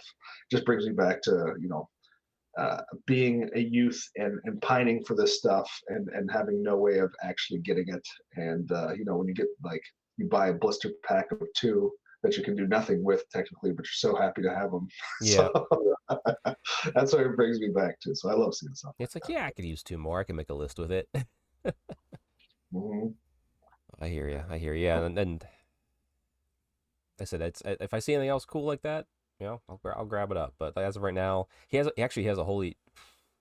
It's a pretty not massive, but pretty big high elf army that is fully painted too from that set that he's kind of putting together. They're doing some touch ups on, which kind of wish they wouldn't do touch ups on because I kind of want to. And I've told him like I'd like to buy because it's not a. I'm trying to think. My FLGS is gonna sell it, um, either as a whole or piecemeal. Either way, he's not concerned. You know, Mhm. obviously he'll give a nice discount on the whole. The whole's going to be outside my price range, especially if they're Mhm. doing touch ups on it. I'm just like, Sure. can I buy a unit of this guy's stuff and just leave it untouched? I'll rebase it to match me and just have it join my army, kind of like another high elf player down, but some refugees in my army for it. So Mhm. so hoping to get that. That's probably going to be the last thing I'll buy out of that sort of grouping because I don't think unless he finds a whole new slew of old high elf stuff, then I'm like, man, I need that. Yeah. See, okay, I actually did put brush to a model. Um, so next weekend, at this time of you guys hearing this, we're doing a little round robin Middle Earth event with new rules, and I'm playing Rivendell, and there's the Brune. I'm probably pronouncing it wrong, but essentially the horse water scene from the movie where Arwen uses Mhm. yeah. So you need a 25 millimeter token to put out from Elrond, and then like in like a straight line so many inches, and then from him, people around it will take damage and get pushed back in something. I was like, well, I'm not gonna just do a token. On screen right now, I took a extra Illyrian horse head, put it on the base, put some water texture around it, and just painted it up nice and blue and white, so it's a nice little physical Mhm. token to show it. Nice. Um, yeah, and that was the most. That was the like the first. I haven't painted a complete model in a while, and this is the closest one to it, I guess. Nice. But it was fun, little day project there. And then I will show off because I'm getting real tired of seeing this unit. But I'm almost there. My 15 tracing hunters I kit bashed up. Um, I'm not hating them for any reason. I can't wait to play them. I just been so lazy with them. I think yeah, everyone can relate. Sometimes you just get super lazy with it. But Mhm. on screen right now is a picture of them fully color blocked out. I have probably an hour's worth of work to touch up like where like touch up from the ugly phase, like, oh, like this purple got onto the blue here. I need to redo the silver because I accidentally like got some too much gold on it or some other color. So about an hour of that, I bet, ahead of me, Mhm. and then then paint the base, let that dry, wash them all, base them, and finally be done. So I will get these done this weekend. So help me God. Yeah. We got 2 more to go. Well, the thing is, I don't need these for the event. That's true. The only thing I need to paint for the event, and I don't need to paint it, but I want to, is I'm going to paint my Terathi on horse BSB. Mhm. I have a horse. I have multiple horse BSBs, but I have a new one that I painted up. It's ready to go. It's good. Um, but yeah, there's that. And Nice. I accidentally closed it down, so I want to be able to show a picture of it. But it was on my Instagram. I got a game in. Hmm. So I'm getting regular games in against Alex, which his army is like the end. Not that he was intending this, but it's the antithesis of mine. Because my army wants to charge and go forward, and his is just random movement. Yeah. And let me tell you, when I don't get the charge, it sucks. Yeah. Uh-huh. But I was like, but it was helping me like rethink the list. Go like, okay, what chaff can I cut? What's too much? And like, I started waffling left and right. And then my friend Tom, regular opponent, with him and I, the game that I should have had the picture up on screen right now. He has his about 90% fully painted Nurgle army done. Nurgle demons. Mhm. He was using the Renegade pack, which is all well and good. And we were playing, and he won because he killed my dragon right before I was able to kill his big Nurgle demon thingy. I forget what it was, because he was using a different sculpt for that. But than what a GW sculpt is. So I was like, I don't remember what it is. Yeah. Um, but Nurgle was super tough to get through, like the ward save, all that sort of stuff. And he was rolling pretty good on him, so I can't complain about that. But boy, like being, it was a close game and it was a really good game. But like, there's a part of me that's just like, I can't beat anybody anymore with this list. There are ups and downs. You do so well for so long, then your opponents adjust, right? They Yep. start to get their timing right, and then it goes down, and then you adjust, and so that's where you're going to be for a little while. So that's all right. Yeah, no, it's fine. And like I said, the thing is too is like it was the first time him playing that army, so he didn't really. Like, he knows how to play Warhammer, no doubt that. But it was just the whole thing where I'm just like, ah. So I started retooling my list, and like you saw it in our little high elf chat, just Yeah. left and right, like change, and I finally got down to the point. I'm like, okay, got it. It doesn't matter how much I change at this point because I got maybe one, maybe two more games of practice in. Mhm. Followed your suit. I put the list in. I submitted it to the event already. I don't have to. I could change it, but I'm not going to. This is my Yeah. list. I'm gonna play it 2 times. It's very similar to what mine has been, but hell or high water, that's my list. Mhm. So only one dragon though. I almost want none, but I don't know. It's yeah. So you did go with the Dragon Mage then, huh? No, Getting no, the nope. No dragon no. mage. Level 4 on horse. Here actually, we'll just Let's talk about. little preview. Let me bring it up. Let's see. So Prince on Barded Elven Steed. By the way, all my heroes are Blood of Caldor, so they have the full plate armor, dragon armor, so they all have a 6-up ward. Nice. The prince has Six a up ward against flaming attacks. Is that right? what's that? 6-up ward against flaming attacks, I believe. No, Blood of Caldor grants you dragon armor, which is 6-up ward against any wounds suffered. Wow. All right. Yeah, Nice. yeah. It's 15-point upgrade and gives you the full plate for free too while doing that. And mages can wear that. Yeah, I love that. Yeah, I don't know. I don't know why I was sleeping on that. Yeah. um, but yeah, Barded Elven Steed, full plate, shield, Starlance, Seed of Rebirth, and a great weapon as a backup. Okay. In case it gets locked in. So yeah, so he's gonna be what 2-up, 6-up, 5-up. So survivable. Then I have a noble BSB. Once again, full plate. So great weapon on this guy too. Sun Dragon. Because Okay. Blood of Caldor, he can take a Sun Dragon. It's the biggest dragon you can take as noble. Dragon Helm, Seed of Rebirth. So what is it? It's a Three- 3-up. 3 up, 6 up, 5 up on a T5 dragon. So Yeah. You're gonna need them saves. yeah, I'm gonna need the saves. But he's only 299 points for that build. Yeah. Like that's pretty cheap for a dragon. I can't complain. And It's he's kind of like a Griffin upgrade. A little bit. pretty much. And it's the thought of I'll still get the stomp attacks, I'll still get the terror, it'll all be great. He'll be moving around, supporting, but without instead of a 500 point prince on a dragon, it's a 300 point noble.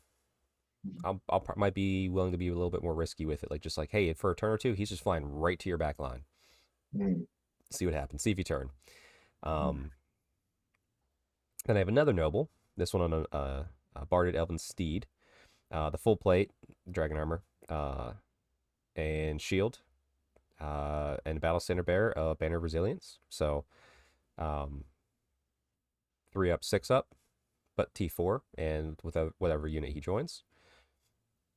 Archmage on Barded Elven Steed with that full plate because Blood of Caldor lets him take it and still be mastered. Specifically says that level 4. Lore Familiar. I was waffling between Dispelling Magic, and I was like, you know what? It's more important to get the spells I want than anything else.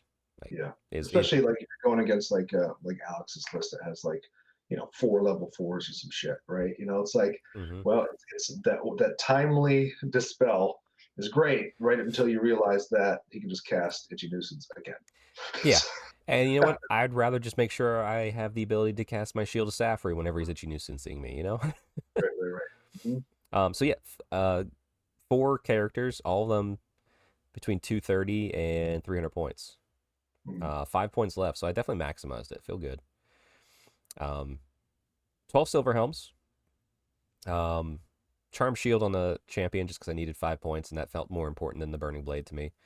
2 units of 5 Valerian Reavers, short bows, cavalry spears. I this is the only change I still like mentally think about. Do I make it a unit of 10 or just 2 units of 5? 2 units of 5 feels better just mentally for me, but we'll see. Yeah. So I find the unit of 10, like if you're going to do 10, it's because you're going to charge something. Yeah, because that way you get the extra rank bonus from the cav spears. Combat. Like if you're going to use it as redirectors, if you're going to use it as harassers, if you're going to use it to like clean up the flanks and stuff like that, put it out in front of your dragons, that kind of stuff. You don't need a 10, So yeah, the thought about is maybe throwing the mage in there. Like if I'm going to get in combat, I need to keep something out. Maybe throw the mage in one of these just to run around and cast all his magic. Yeah, I mean, it all depends on how aggressive you're going to be, right? So if you're going to be right up into their dispel range as quickly as you possibly can, then why not? Yeah. But if you're hanging back, maybe not the best place for them. Right. So, well, probably it's an option. Probably where they're going to go. Probably where all my characters except for the dragon are going to go, and this is into this next unit here. 11 Dragon Princes. 11. Normal loadout. They have a war banner for the extra pop, and the Drake Master has the Dragon Slaying Sword. Yeah. Just because he can take it, and I want to have a shot at killing a dragon. Plus, he's 3 attacks. He's decent weapon skill. I get Fury of Cain off. 4 attacks from a champion. That's pretty solid. So, does Fury of Cain, do you have to be in the unit? Does it affect the unit? No, or is it, no. You can cast it on them. You can cast it on them, and that unit that you're casting on can be in combat. All right. Yeah, that's great. That's absolutely great. Yeah, so it's going to be, and you've seen me play this style before with the high magic, where I'll be casting buffs out like, okay, Silver Helms, you can have the 6 up ward, your 5 up ward from Shield of Saffrey, you got this. But I'll try and cast the Ethereal on the bus of princes because I'll be inside of there, because that's the self cast, and I might get off, might not, and if I do, then I have to think about, well, do I need the extra attacks or do I want the Ethereal? What am I going into next? So I'll be playing that game a lot. But yeah, I think the spells I'm going to choose is Yeah, Shield of Sapphire, obviously Fury of Cain, Walk Between Worlds, and either Fiery Convocation or Courage of Venarian.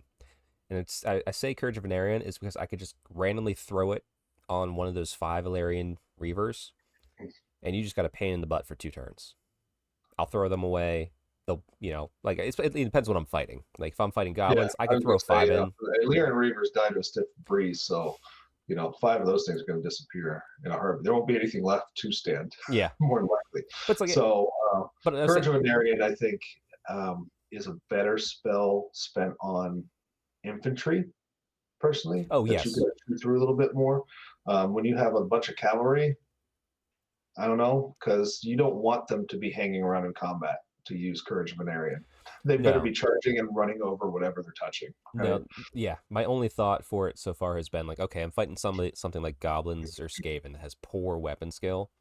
I throw it on one of there, and I flank charge with that unit of Reavers versus my, and while I'm also charging it with like my Silver Helms or something, just in case I lose that fight.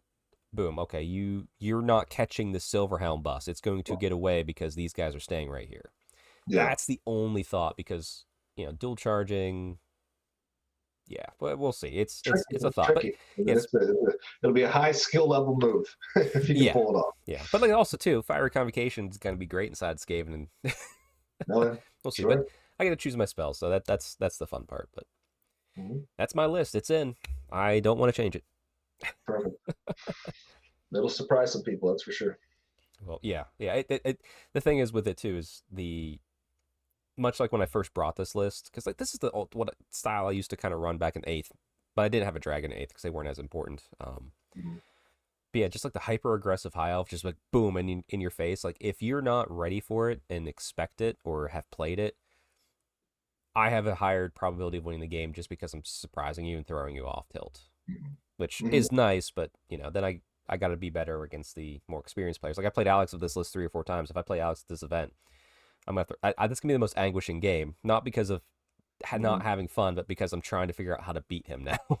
Yeah. It's fun. But I'll play Terry round 1 because he called me out. We'll have a good time, and we'll just boom. Yeah. And then I'll lose. You'll lose your first match, and then we'll play, and we'll have a great time. I don't know. There's not a lot of strategy behind Terry. He's a typical orc. he's not overthinking this shit. I know. He is a good time. I'm just sitting here going like, man, I'm facing Terry. At least my Dragon Princess have countercharge. Right. Oh, nice. Well, lots of hobby chat. More than expected since we talked about the list there, which we got what? Couple weeks from now we'll do a podcast, and Alex said he wants to be on. We'll do a big podcast with the 3 of us to talk about the event. Sure. Yeah. But for now, we gotta set the high elves aside. We gotta completely change direction, Neil. We got wood elves, also known as old high elves. Right. So let me bring it up here. The first one, which is real quick, just the Sunday preview. I know by the time you're seeing this, you've already pre-ordered. But the hype is here for this. I don't care about Thousand Suns. Go away. Go. There we go. Look at that Arcane Journal. I love that. Like, I love how these Arcane Journals just give us every piece of the army on it and a hero. Like, come on, 40K. Come on, Age of Sigmar. Give us better book covers. Like, and to be fair, I think this is probably one of the best ones. It is. Yeah. I actually kind of like it better than the high elf one.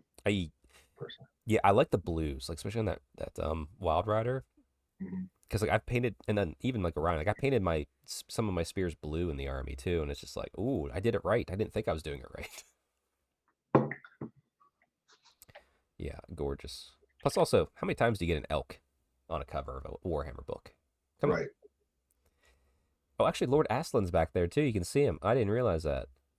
Or I think it's Lord Aslan. Yeah, that's got the big crown.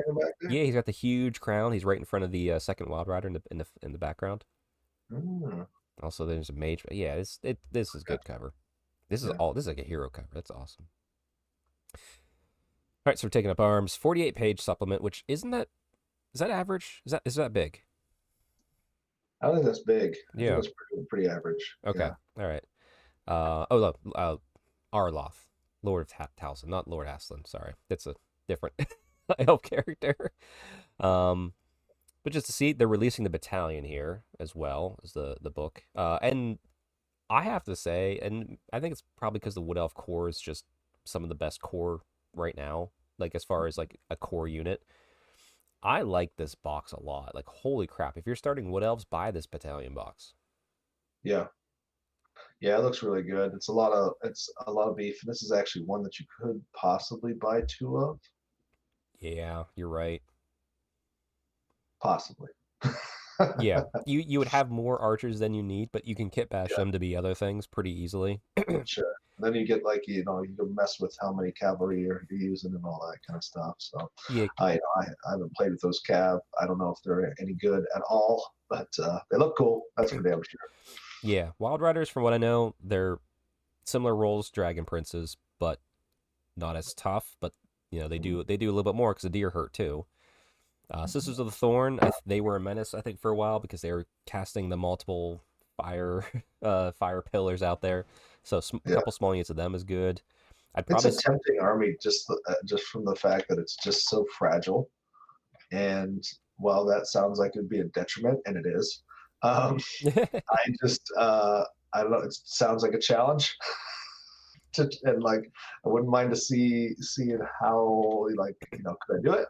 Could we make it work? I Because I very much rely on these ethereal and 2+ saves, 3+ saves through my army wherever I can get it. So it'd be interesting to see what it's like when you can't have that. Yeah, I every time I played this in eighth, I really enjoyed it. Um, and like, but usually what it comes down to is you're gonna build to a point that hey, I'm gonna shoot you off, or you're gonna touch me. And if you touch me, you win.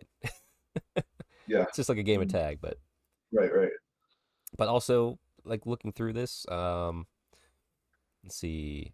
I think there's gonna be. They mentioned there's gonna be a couple armies, and one of them's gonna be Orion leading like a charge. So kind of similar to what I'm doing with my Hiles right now. So they could have so much more punch, especially if they have zero armor.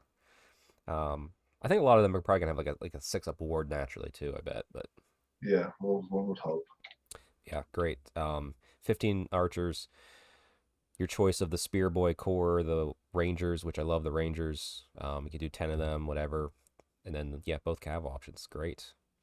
Mhm. Um, Also, cards, great. Put the core unit on there, love it. Yeah. And then the Wood Elf dice from sets. This is my favorite dice set I've seen for Old World so far. Yeah. They're nice. They're clear. You can tell what the hell's going on. Simple. The symbol looks cool. Yeah. Um, cause yeah, like I bought the high elf ones and I don't like them. Yeah. Yeah. Um, yeah, that's great. And then Orion, King of the Woods in metal, great. Yeah. Nice to see him come back. Classic model right there. Yeah, I have him in I think in the fine cast, but it's just like if I was playing this army regularly, I'd rebuy it in metal. But it's Yeah. great to see it with the dogs. And honestly, a sculpt that holds up to the test of time if it's painted well. Yes, So and to be I fair, know like about the dogs may not hold up too well, but the model himself really cool. So, yeah, and it is, and the thing is too, like there's a lot of freehand on the official model here, like on the skin and stuff. I didn't have that on mine, and it still looks pretty good. And I was old paint scheme, so yeah. Arloth, just the classic plastic kit coming back. He was kind of in Sigmar for a little bit. The sculpt yeah, when we had the Wood Elf yeah, kits, but nice to see him back. God bless anyone that can keep that his little pet on his wrist without snapping. It always does eventually. yeah, for sure. And here's an interesting choice: Wood Elf Noble on Dragon. I think we were all hoping for what was on your background Yeah, earlier, Neil, the Sisters of Twilight. yep. Um, I'm thankful that I have that sculpt. I picked it up whenever I was playing Wood Elves because to me it's the better sculpt. It is. I think it definitely is. But what I will say is, I think you're going to see that eventually, and Probably.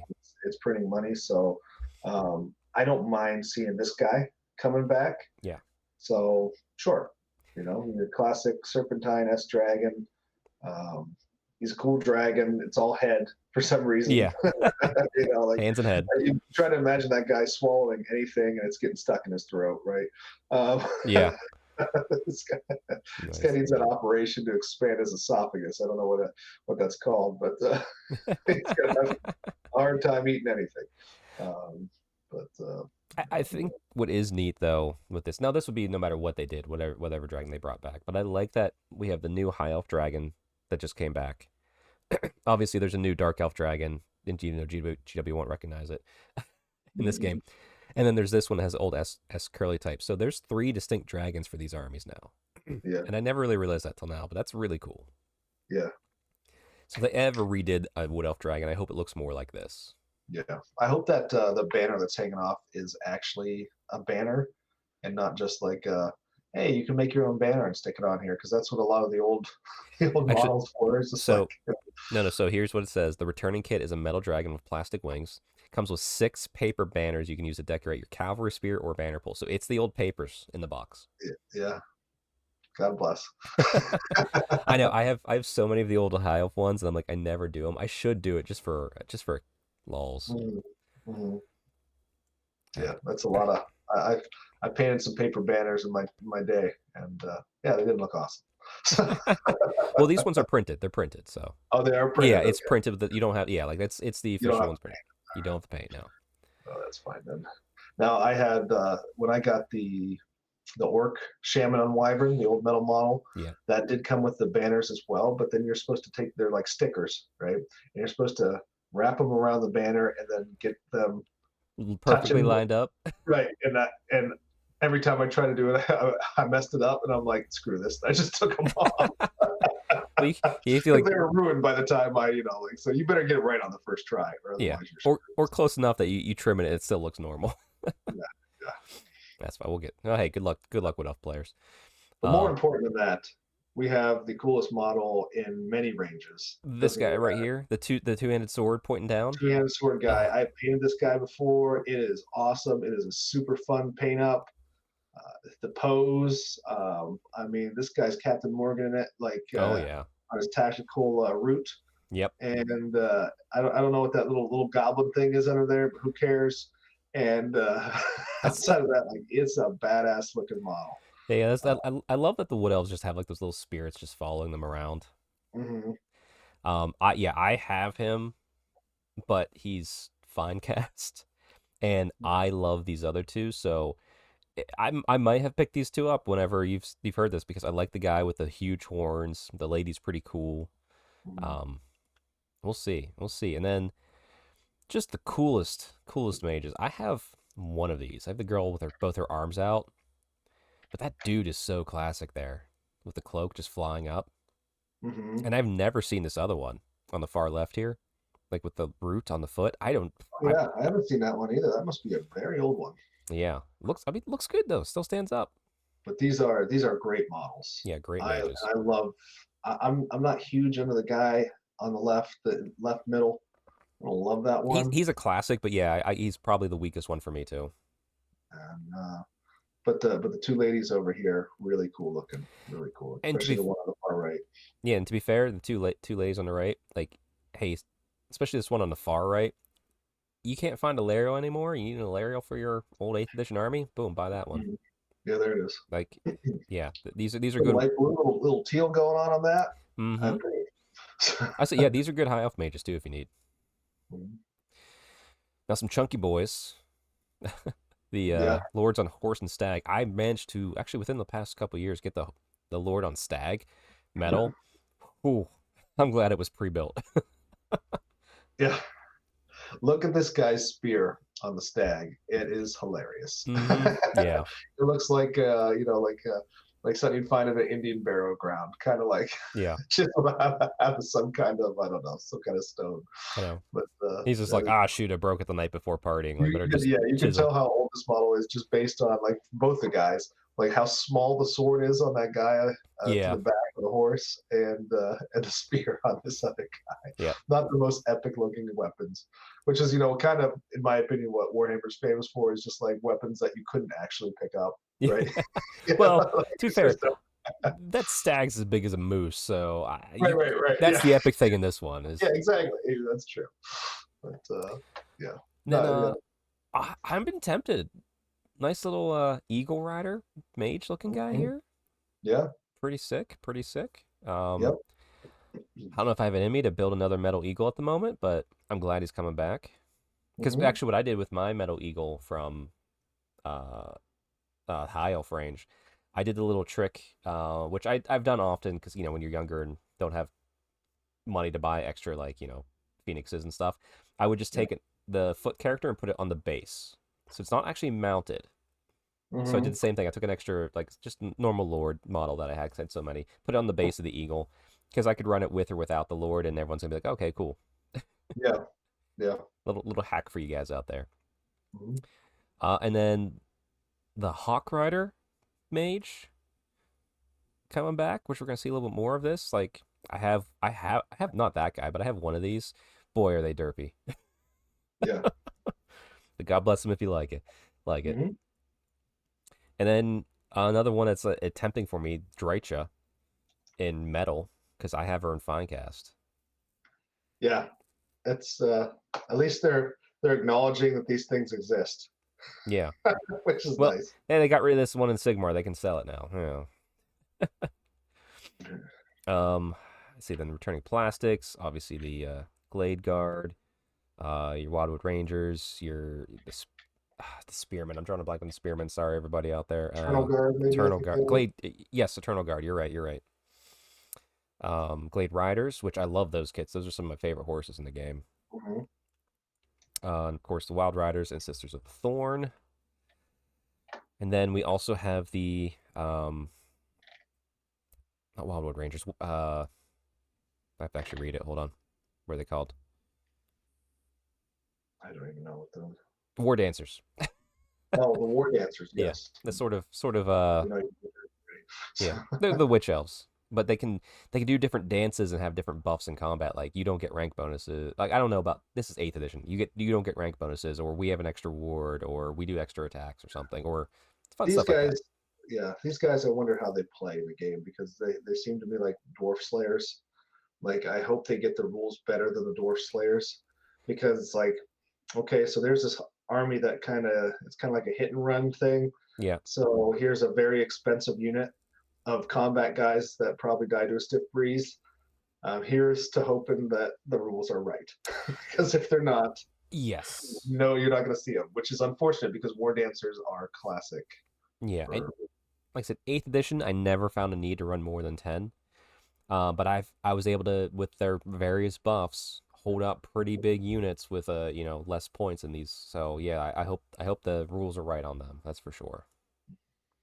Of course, we got a Way Stalker here, nice little kit, and then the Way Stalkers, Way Watcher. I forget. Yeah, Way Watcher's the character. Um, Mhm.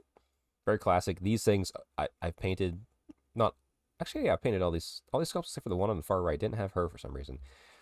This is a mess. Like take your time with these. Not because they're bad sculpts, they're great sculpts. There's just so much going on these little guys, Mhm. but well worth it. And then you want the Warhawk Riders, not just that hero on a Warhawk Riders themselves, Mhm. which I once again I'm always tempted by something I technically don't have. I have one of these models, but they were units of 3 back in 8th. So I kit bashed two, and what I did is I actually took two essentially wood elf, dark elf kit bashed characters, and I put on wings from the Drukari set that actually look like feather wings. So two of my Warhawk riders are technically mutated elves, and we just don't talk about it. Hmm. So it's a maybe there. All right, Neil, tell me about this guy only a mother can love. This treatment. Yeah. So there are other treatment that exist in the world that GW sells, and you should buy them. Moving on. Exactly. So Yeah. These are not for me. These are not for me. and now even worse, we'll go over to these Treekin, Yep. and I'd like to tell you that there are other models that GW makes that you can buy, and then we'll move on from that too. Exactly. Unless it, Now this next one, I didn't even know it was a thing. It's awesome. I It's know. terrible, but it's awesome. Yeah, I was gonna say, like, when they mentioned about this returning weird kit type thing, like long ago, like when it revealed, Mhm. there's no pictures of these, and my friend Kevin, World's Strongest Warhammer, said, "Oh, it's these," and he sent me like the name of it. And I googled it. I'm like, "What? What are I've never these?" seen these before. This is the first time I've laid eyes on them.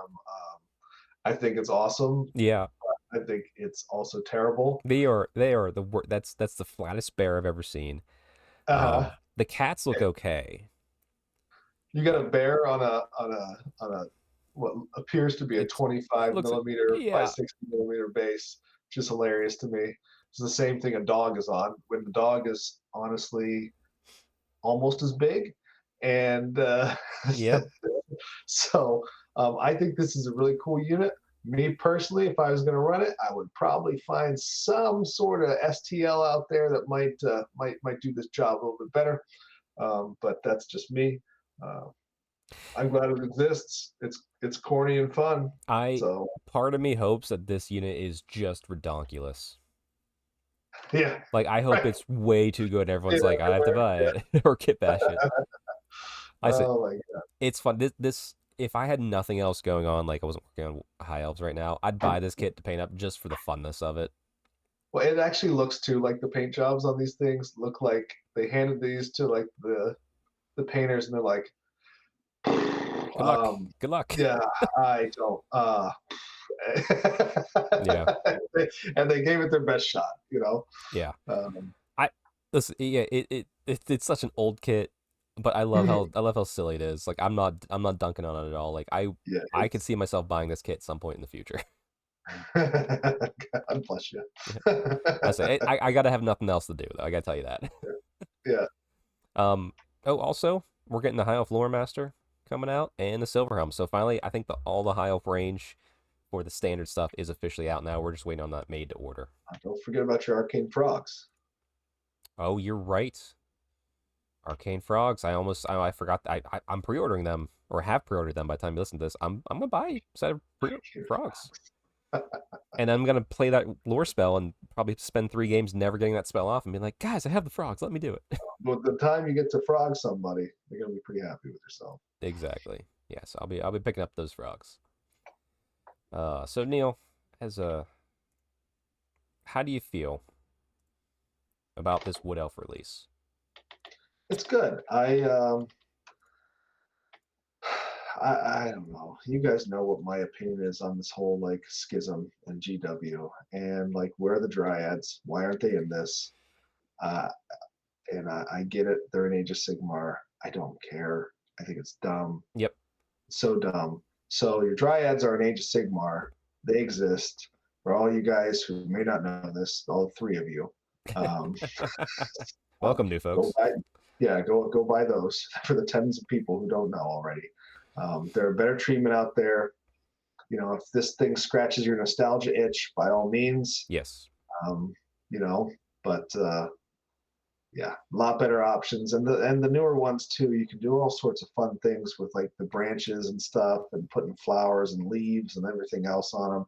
You know, this is just so limited, and I don't know. Like I almost prefer the older one that was just like a hand up in the air and the other hand down there, giving like spirit fingers. Yeah. Yep. And, like, you know, if you're gonna go corny, at least go corny. Don't go ugly, right? Yeah. I think, yeah, So, true. I think my hope is, since they're still arguing unless they get over themselves, my hope is that they're redoing Dryads for Sigmar into a really, really cool sculpt. So mm, they're like, oh, now go ahead, Games Works, or go ahead, Specialist Design. You can now use the classic Dryads with your Wood Elves. Like, great. Everyone's just gonna buy the new stuff anyway, but sure. yeah, yeah, yeah. Oh well. Unless you really oversize them to the point where like you can't put them on a 25 millimeter, but even then, people will still try, Yeah, including myself. we'll figure it out. All right. Took a little longer than I expected, so we might have to hurry through just to make sure we're not going too far past time here. But there was an Old One Almanac released, and I was like, this is why I was happy that Neil canceled ultimately.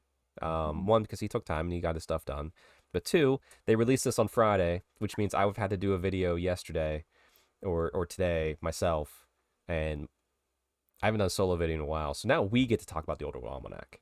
Mm-hmm. And Neil, I'm going to say this. I didn't read this yesterday. Yeah. You didn't Yeah, either? I did not. No. So this is going to be new stuff for me. All right. We're going to go through it together. Do you want to read the first bit? I'll read alternate. How do you want to do it? So you just want me to read? And Sure. I'll do JTY. That sound okay? All right. So let me read the intro. With the beastmen slightly waylaid along the beast paths. Okay, not the realm routes. The wood elves have sprung their trap early, becoming the 8th core faction to arrive for Warhammer. The Old World, Four Spirits, JTY, and Danny have been awakened from their slumber to answer a few questions for upcoming release. So beastmen were next. Less slight delay. We had that with High Elves. It's gonna happen sometimes. So yeah, you'll be JTY. I'll be Danny. After you, sir.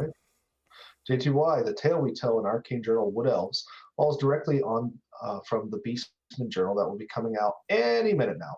As we've alluded to in the past, there's something afoot with the Beastmen at present in the Old World, with both the rebirth of Morgur, the Shadow Gave, Ooh. and the rising power of chaos fueling their fury. The Wood Elves are aware that, and they aren't very keen on this turn of events. So while much of mankind's attention is upon the big campaign against Friedel the Chainmaker and her Chaos Marauders going on in Westerland, the Beastmen have migrated north into the Lorelorn Forest. This hollow forest doesn't traditionally have many beastmen in it, as the Wood Elves live there. This is where the Arcane Journal picks up. Orion has awoken from his winter slumber and called the Wild Hunt, heading directly into Lorelorn in an attempt to defeat Kralmaw, the Prophet of Ruin, and his misbegotten infant, who could go on to unite the Brayherds. Ooh, so we're seeing some previews on the characters for the Beastmen. I like that. But also too, yeah, this is nice. This is that north part of the map that's not getting a ton of love. All right, Danny time. Scenario features Orion hunting down Kralmaw, and in his wrath, the King of the Woods has allowed himself to be drawn into a trap. He's traveling past long forgotten along the world routes, and he's long way from home and underprepared for what his quarry has planned. There's that beautiful art. Yeah. So the world routes, which are possibly the remnants of the geomantic web created by the old ones, are otherworldly pathways along which wood elves can travel or can move from forest to forest, which also allows them to be more active in the old world than they otherwise might. The elves of Lorelorn have spent the winter desperately trying to hold the beastmen at bay, while the spirits of the forest slumbered through the cold and Athelorn focused on protecting its own boundaries. They were left to defend themselves, but with the onset of spring, the wrath of Athelorn has come to the aid of their northern kin. However, as Orion and the Wild Hunt have pressed deeper into the woods, they have become enveloped by a great Brayherd. Their objective is to slay Kralmaw and vanish into the depths of the forest before the net closes behind them. It's a scenario, 2,500 points versus 1,500 points with 2,000 points of reinforcements. So it definitely captures the urgency felt by the Wood Elves as they battle to secure swift victory. In the delay, they'll quickly become outnumbered, but speed of fury and key tactics from Ryan and his Wild Hunt, which was kind of like what we were talking about, how we feel this army should play is you go quick and go hard and win then. But that may be counterintuitive to not giving up points though. So sure, yeah, you better go hard and with everything. Well, it's like, looking at the army array, that it's not many archers in there. There's the glade riders and stuff, but it's like you got to go and go quick. So I'm curious what Orion's army theme is going to be.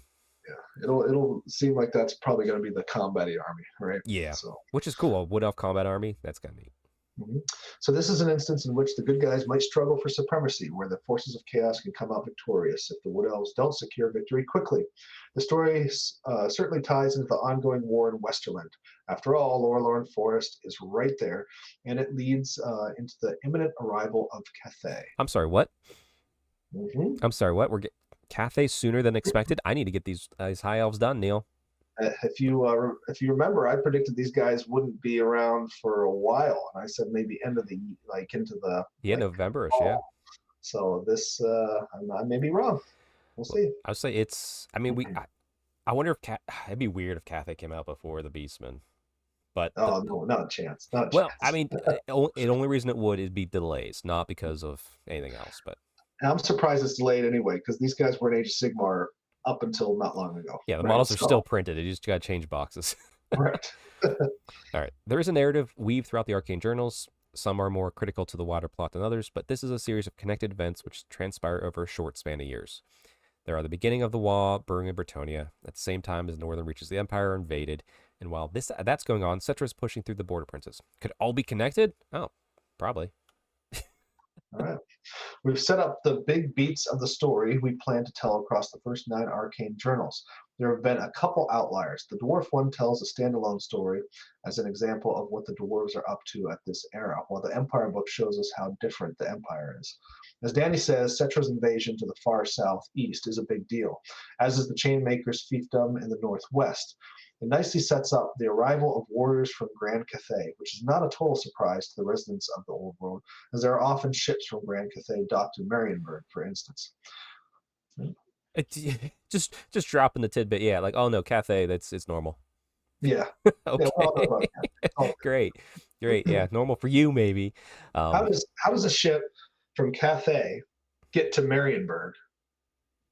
Is what I wonder. Because there's no direct water route. So I mean, they got to pretty much sail all the way to the southern tip, all the way to the south, and then all the way up. But anyway, that's because there's the one canal they never told us about till just now. Yeah, so but it's common.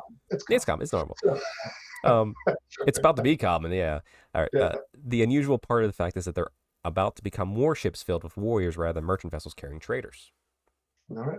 We'll find out more about all that in due course, both in Arcane Journal Grand Cathay and in a sequence of books that follow it. What? Hold on, stop. Are we getting narrative supplements? That's what I just read in that you just read there. Arcane Journal. Yeah. I glossed over that. Yeah, I am thrilled. Yes. Okay. So sequence of books being narrative books or sequence of books being more army releases? You mean good call too. So we will continue to jump around the Old World, telling the stories of Westerland and elsewhere being interesting, moving back and forward over a period around a decade. Suffice to say, there's plenty more to come. This book goes deeply into Wood Elf lore. There's a lot to understand.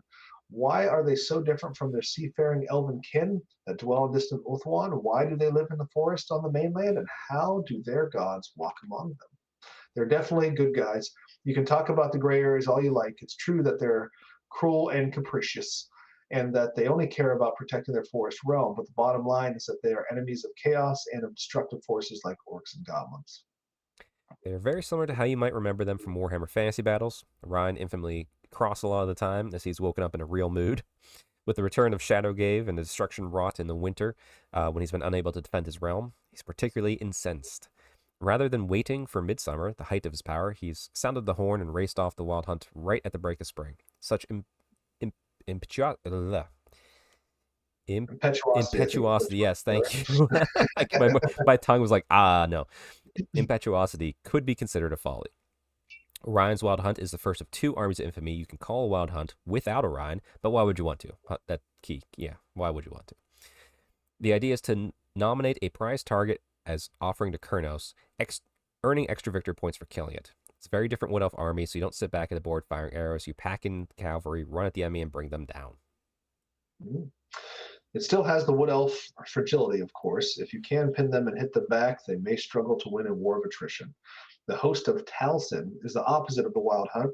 This army of infamy represents the noble kindreds and is led by Erloth, a character introduced in plastic during the final edition of Warhammer Fantasy Battle. He was around during the era of Karl Franz, but elves are very long-lived. He has been a great hero during this time period, killing Morgur not 50 years previously. Other elven heroes, such as the Sisters of Twilight and Ariel, are about too, but the focus isn't on them right now. In the same way that Tyrion and Teclis are busy, but out of frame for the High Elves. We are bringing back the Wood Elf Noble on Forest Dragon, however, and it is still in metal. And there is that glorious army shot. I love these army shots. Oh, hey. If you look down here, there's a mage with a staff on a horse that they didn't show yet. So I would assume that's coming out. Yeah, that's an old classic model as well. Perhaps I made the order one. Yeah, because they didn't mention in the prior article we just looked at. The host is more of an infantry army focused on less mobile core. Glade Guard, Glade Riders, Eternal Guard, and the nobles who lead them. It's not dissimilar to a High Elf army, in fact. It also gets a handful of new, stronger infantry units and heroes to expand upon the idea of a more regimented force. Arloth is still the same fearless hero with the same bird who pecks your eyes out. Good. When creating armies of infamy, there's always more to consider, of course.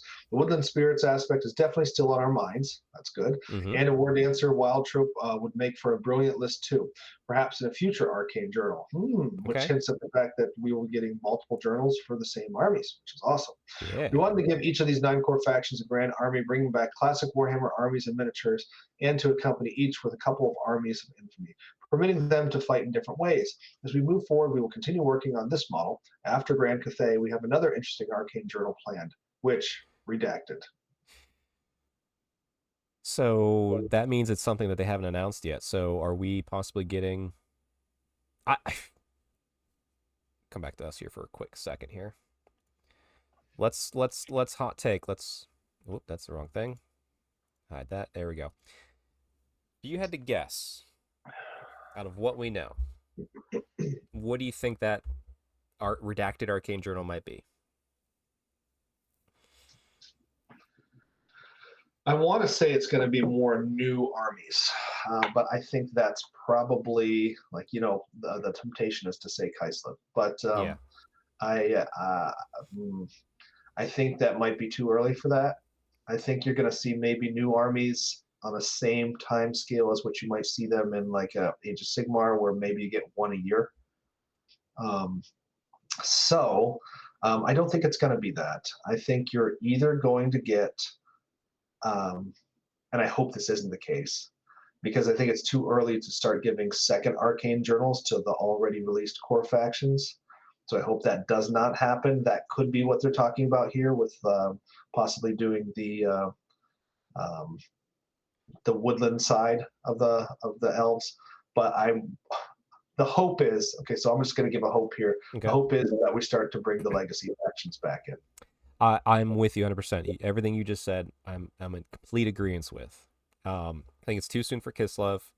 I even think they realized that not to release a second arcane journal for an army that's already out yet feels a little early.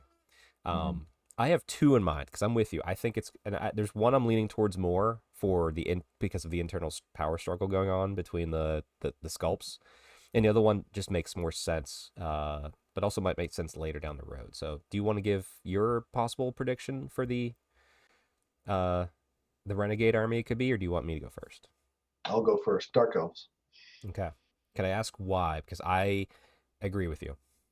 I think they are going to be kicked out of Age of Sigmar imminently, and as soon as that happens, they are going to be immediately ported into the old world.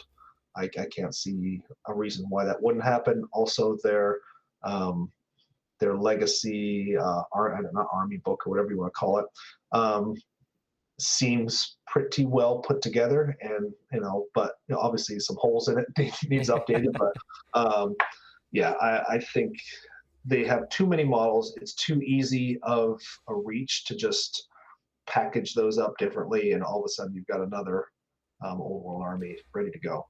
Yeah, 100%. Like I said, my 2 I thought it could be is one dark elves specifically, because we've seen the supposed leak of the Cities of Sigmar book, and there's no dark elves in it, which means that Malarian's army, Malekith's army will be getting the new dark elf sculpts within it when that decides to come out within this edition, which is likely from what we've guessed and rumors and stuff.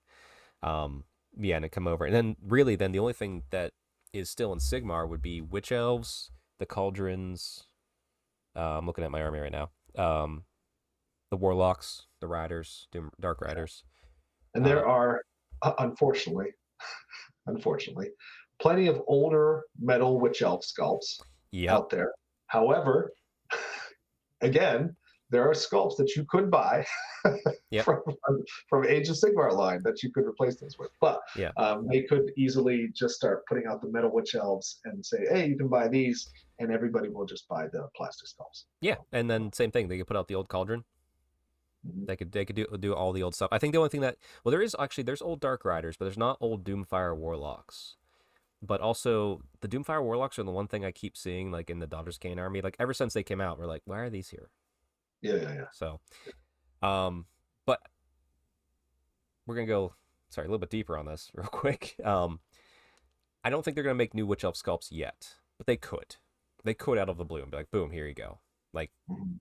the Daughter's Cane refresh, it'd be close to the time, but the thing is, their sculpts hold up in case they want to do plastic for the old world. Um, but I could see them taking Malarian and Daughter's Cane, that book, and making it one giant book to reduce the factions out there as far as like the book totals. Mhm. Give us a bunch of new sculpts too. I could 100% see that, and I would be thrilled with that. Yeah. Because like all the new like underworld stuff has been just flawless that we've seen, at least in my mind, for Daughter's Cane stuff. So we'll see. The other option I thought of, maybe a demon arcane journal, but I also feel like that's a little too soon to start pushing demons into the world as in full. Yeah, that would be an easy win for them too, because Yeah. I mean they already port them from Age of Sigmar to 40K. It's just and that's so, and that's a weird thing too, because of this whole division. Like, are you buying AOS models, or are you buying 40K models, or are you buying Old World? Yeah. We're Imagine. happy to do it with demons, right? But like for Yeah. some reason we can't go Imagine. to the studios. Imagine Sigmar's like, no, you can't use our demon models, and they go to the 40K team, like, yeah, you can use our demon models, have fun. Yeah, yeah, yeah, yeah. Weird. God bless. All right, so the Azrai, also known as, gain a new lore magic, new magic items, and rules for altar and noble kindreds. Interesting. Okay. The Lore of the Wilds explores the forest and how they interact with it, as does the forthcoming Beastmen lore. The elves get a lot of movement and excuse me, and subterfuge spells, while the Beastmen focus more on fear and corruption. The Altar Kindreds and Noble Kindreds are upgrades you can give your characters, a bit like Chaos Mutations, but with fewer tentacles, or Bretonian Vows without the kneeling. It demonstrates your character's allegiance, showing where in the Great Forest they belong. They're things that speak to the character of the clans.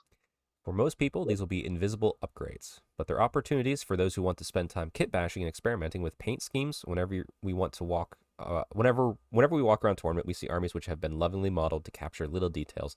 It's really cool to see people who also invested in their army. I do that with mine too.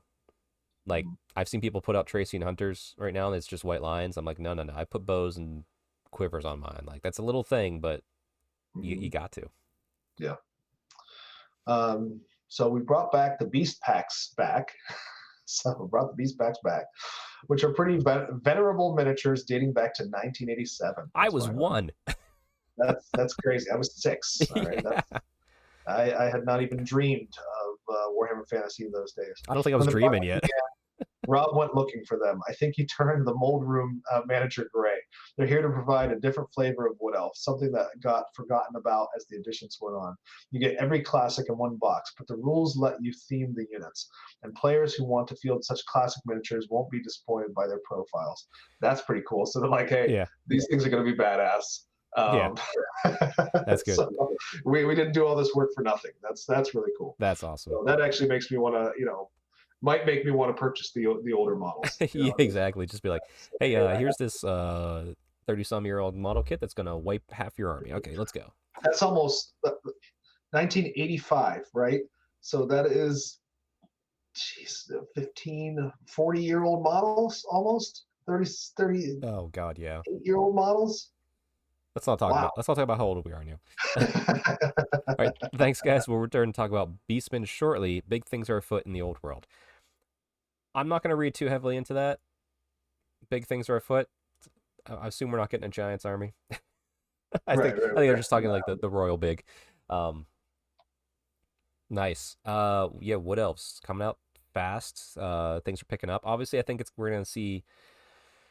I don't think we're going to see Beastmen until after the Sigmar stuff dies down, after the new GHB, I bet. Although, to be fair, this is just a random drop out of nowhere, it feels like, for this Wood Elves. It's like, boom, here's everything. Yeah, I think Old World is not beholden to any of that. I don't think. It just doesn't seem like it is anyway. Like, they just kind of go when they go. Imagine them getting so cocky. They're just like, hey, Cathay, yeah, we're going to release that right the week after the GHB.